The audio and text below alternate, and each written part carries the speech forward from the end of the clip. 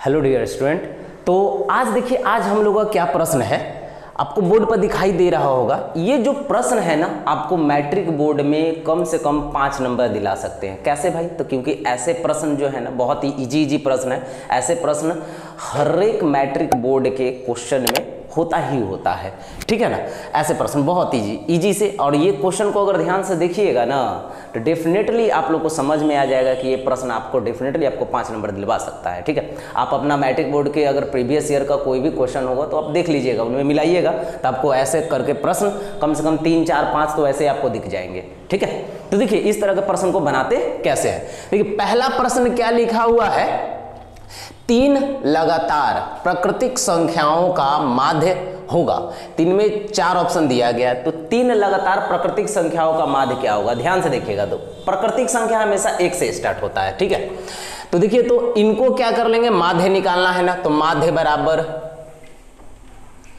ठीक है ना, यानी प्राकृतिक संख्याओं का माध्य, ठीक है। प्राकृतिक संख्याओं का माध्य क्या होगा, तो 1 + 2 + 3, क्योंकि 3 बोला गया है तो 3, और 3 प्राकृतिक संख्याएं हैं तो 3 से ही इसको भाग कर देंगे। तो देखिए अगर इन टोटल को जोड़ेंगे तो 6 हो जाएगा, नीचे तो 3 है, और 3 से ये कितना मरते में कटेगा भाई, 2 मरते में, तो 2 आ गया ना। तो 2 कहाँ है भाई, 2 नंबर ऑप्शन में, तो 2 को सही कर देंगे, ठीक है। इजी है ना। इसी तरह से आपको विषम संख्या से जुड़ा हुआ पूछ देगा, सम संख्या से जुड़ा हुआ पूछ देगा, ठीक है ना। ऐसे ही करके प्रश्न पूछेंगे। नेक्स्ट सेकंड नंबर क्या है, 1 3 0 3 1 3 का बहुलक होगा। देखिए बहुलक इससे पहले भी प्रश्न में मैंने बहुलक के बारे में बताया, जो जिसकी संख्या बहुत बार हो, बहुत ज्यादा हो, वही आपका बहुलक है। सिंपल सा प्रश्न है, ठीक है ना।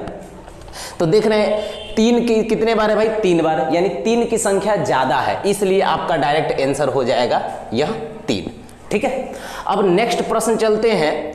यहां पर हम देखेंगे क्या, थर्ड नंबर में प्रथम 5 संख्याओं का माध्य ज्ञात करें। देखिए प्रथम 5 संख्याओं का, प्रथम 5 संख्या कोई भी लिख सकते हैं, 1 से लेकर के, ना तो इससे सम पूछ रहा है ना विषम पूछ रहा है, कोई भी 1 से लेकर 5 तक ले लीजिए।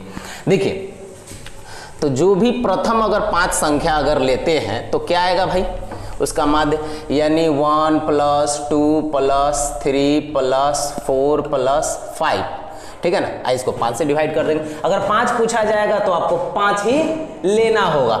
नेक्स्ट में अगर देखेंगे तो 5 है तो इसको 5 लिख दीजिए, 5 × 9 = 10, 10 × 5 = 15, तो ऊपर में हो जाएगा 15। ये टोटल को डिवाइड कर देंगे तो कितना आ जाएगा, 5 × 3 = 15, 3।